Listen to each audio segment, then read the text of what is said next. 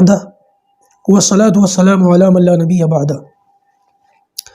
آج یہ ہماری محرم الحرام کی آخری نشست ہے اور اس کے اندر کربلا کا جو دردناک واقعہ پیش آیا اور جس میں حضرت حسین رضی اللہ عنہ کی شہادت کا سانحہ پیش آیا، میں اس پر تھوڑی سی گفتگو کروں گا۔ اللہ پاک مجھ کو صحیح بات کہنے کی، ٹھیک بات کہنے کی توفیق عطا فرمائے، اور اس واقعے سے جو سبق ہمیں ملتا ہے اللہ تعالیٰ ہمیں اس کو سمجھنے کی اور اس کے مطابق زندگی گزارنے کی توفیق عطا فرمائے۔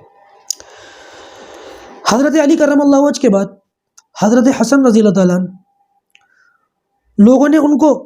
اپنا خلیفہ سمجھا اور خلافت ان کو ملی بھی، لیکن حضرت حسن رضی اللہ تعالیٰ عنہ نے یہ خلافت حضرت امیر معاویہ رضی اللہ تعالیٰ عنہ کے حق میں دستبردار کر دی، خلافت چھوڑ دی، حضرت امیر معاویہ کو دے دی۔ امیر معاویہ رضی اللہ تعالیٰ عنہ ایک عرصے تک انہوں نے بھی خلافت سنبھالی ہے، اور قرآن و سنت کے مطابق، نبی کریم صلی اللہ علیہ وسلم کے بتائے ہوئے اصولوں کے مطابق اور چاروں خلفائے راشدین کے طریقوں کے مطابق انہوں نے خلافت کی اور ایک اچھی خلافت کی ہے،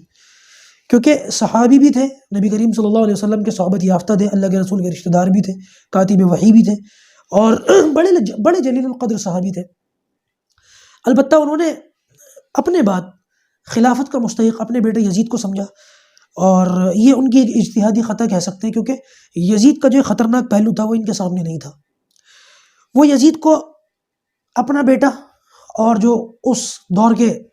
جو تابعین یا تبع تابعین تھے ان کے جیسا سمجھ رہے تھے،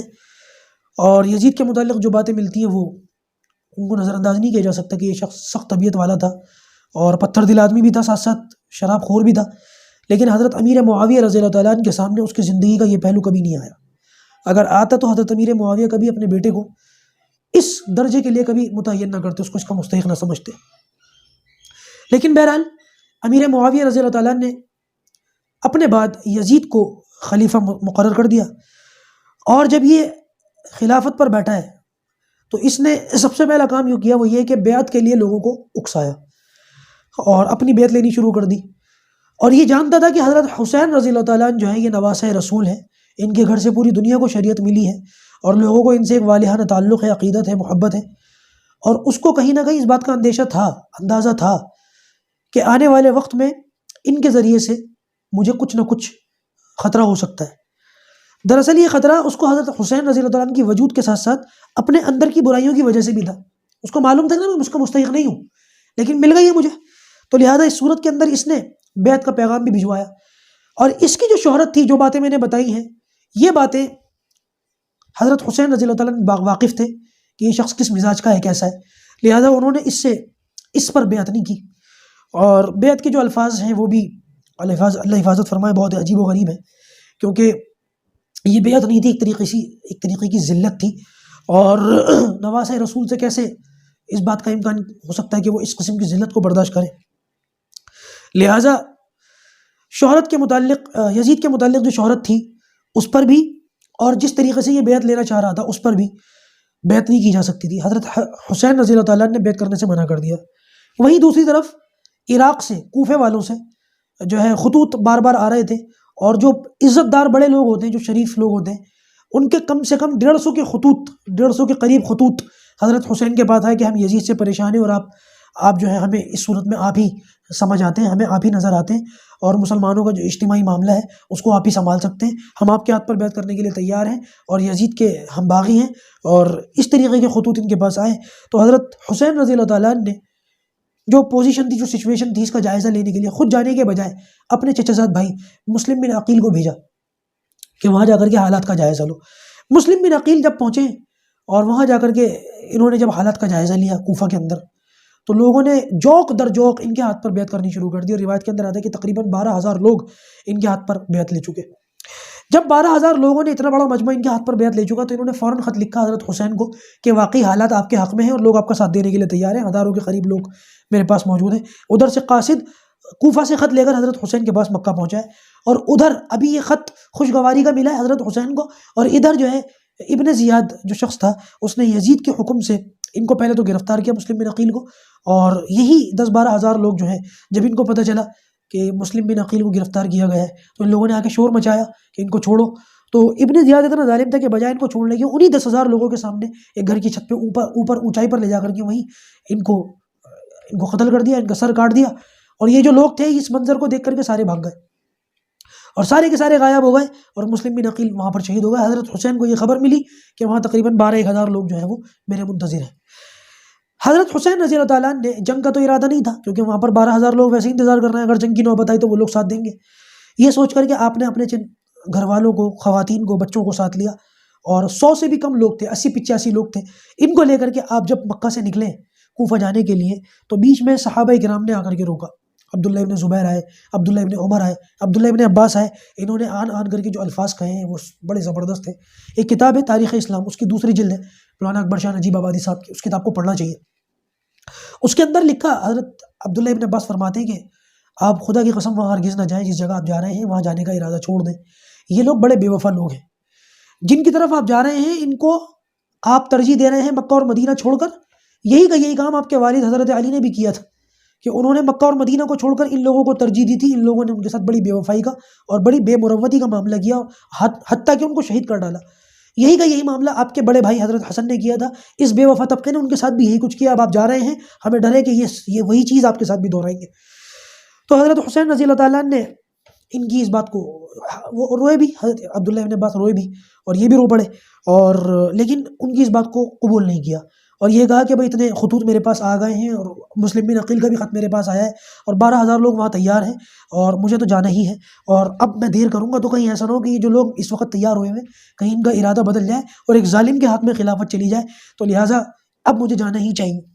بہرحال عبداللہ ابن عباس نے پھر دوسری رائے یہ بھی دی کہ اگر آپ جانا ہی چاہتے تو عورتوں اور بچوں کو لے کر کے مت جائیں، مجھے ان لوگوں کے ارادے ٹھیک نظر نہیں آتے،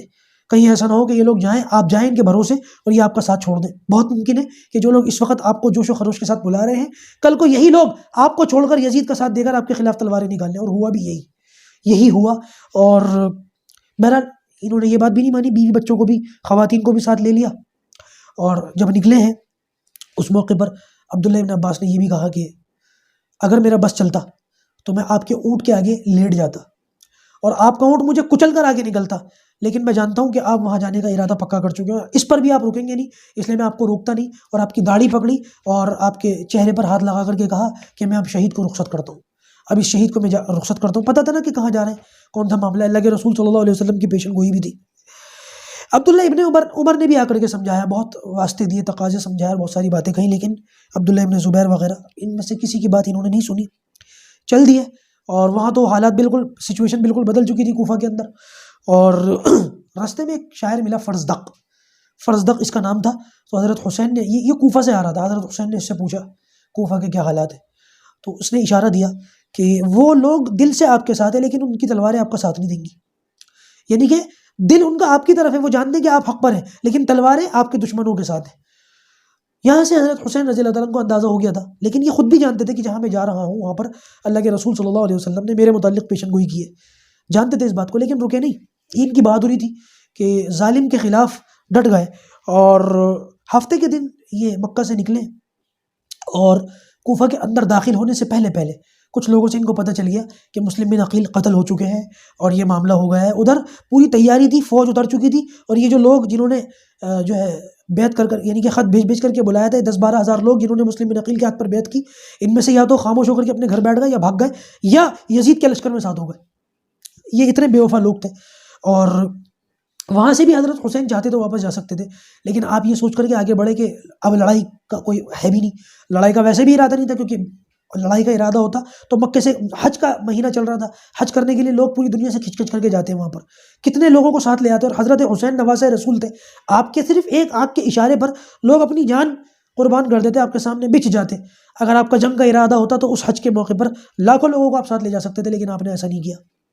چند خواتین کو اور کچھ بچوں کو لے کر کے آپ آئے تھے، اور آپ نے یہ سوچ کر کے عراق کے اندر قدم رکھا کہ یزید سے فیس ٹو فیس بات چیت کروں گا، اور اس سے بات چیت کرنے کے بعد جہاں چاہوں گا چلا جاؤں گا۔ لیکن ان بدبختوں نے بجائے اس کے کہ حضرت حسین رضی اللہ تعالیٰ کو آگے جانے دیتے، ان کو گھیر لیا، چاروں طرف سے گھیر لیا، اور وہاں سے حضرت حسین نے جو ہے وہ 2-3 پیشکش کی کہ یا تو مجھے مدینہ واپس جانے دو، یا مجھے آگے کہیں جہاں کہیں بھی جہاد ہو رہا ہے وہاں جانے دو، میں وہاں جہاد کر کے زندگی گزار لوں گا، یا مجھے یزید کے پاس جانے دو، میں اس سے خود بات کروں گا۔ لیکن یہ لوگ تو وہ جو بیعت تھی اس پر ہی ان کو لانا چاہتے تھے اور رسوا کرنا چاہتے تھے، لیکن حضرت حسین رضی اللہ تعالیٰ نے ان کا اس مطالبے کو، اس ناجائز مطالبے کو نہیں مانا۔ پانی بند کر دیا گیا، جو وہاں پر ایک تالاب تھا پانی وغیرہ لینے کا، وہ بھی روک دیا گیا، اور پانی تک پینے کی آپ کو اجازت نہیں تھی۔ حتیٰ کہ جب جنگ شروع ہوئی ہے اور یہ جو آپ کے گھر والے کے جو لڑکے تھے، لڑکے اور بچے تھے، وہ تقریباً 20-22 تھے، آل عقیل تھے، آل جعفر تھے، اور آپ کے خود اپنے 6 بھتیجے تھے، حضرت حسن کی اولاد تھی، خود اپنی اولاد تھی، علی اصغر، علی اکبر، یہ حضرات تھے، ایک ایک کر کے گرے ہیں، ایک ایک کر کے سب کو شہید کیا گیا، اور آخر میں حضرت حسین رضی اللہ تعالیٰ عنہ کو بھی شہید کیا گیا۔ خواتین کے خیموں کی طرف جب ایک شخص جا رہا تھا تو اس موقع پر انہوں نے بہت دردمندانہ طریقے سے آواز لگائی کہ آج کوئی نہیں ہے جو اللہ کے رسول صلی اللہ علیہ وسلم کی اولاد کا ساتھ دے سکے۔ تو ادھر ایک شخص تھا، حر بن قیس، وہ ان کے لشکر میں تھا، وہ نکل کر اپنے گھوڑے پر سے آیا اور آ کر کے حضرت حسین کے پاس آ کر کے کہنے لگے کہ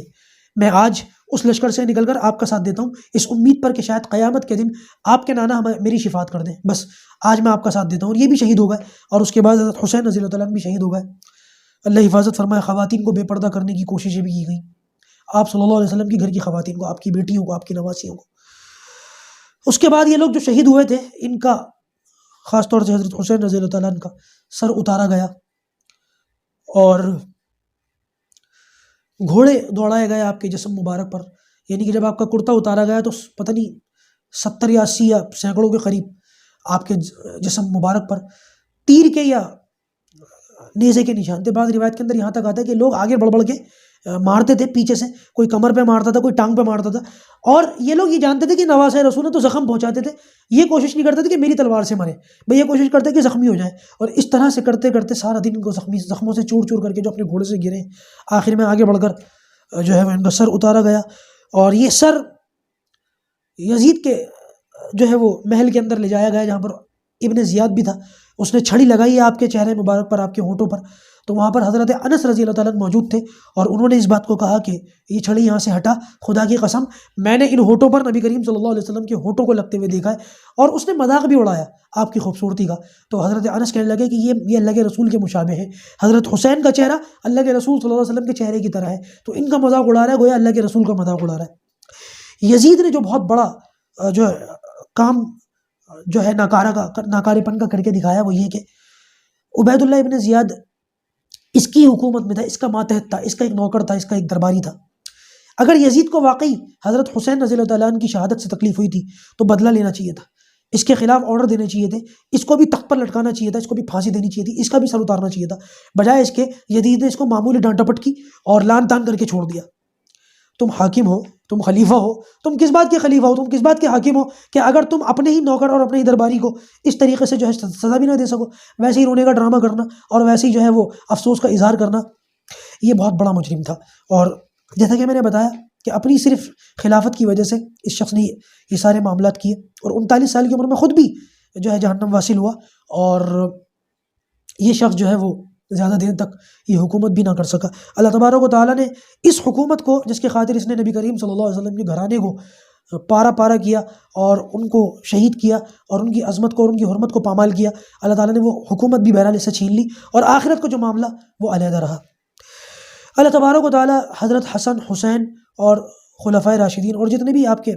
صحابہ کرام ہیں، پروردگار ہمیں ان کے طریقوں کے مطابق زندگی گزارنے کی توفیق عطا فرمائے، جو کہا گیا سنا گیا ہمیں اس کے مطابق عمل کرنے کی توفیق عطا فرمائے۔ محرم کے نام پر جو کچھ بدعات، خرافات اور جو کچھ بھی معاملات ہوتے ہیں، اللہ تعالیٰ ان سب سے ہماری حفاظت فرمائے۔ السلام علیکم ورحمۃ اللہ وبرکاتہ۔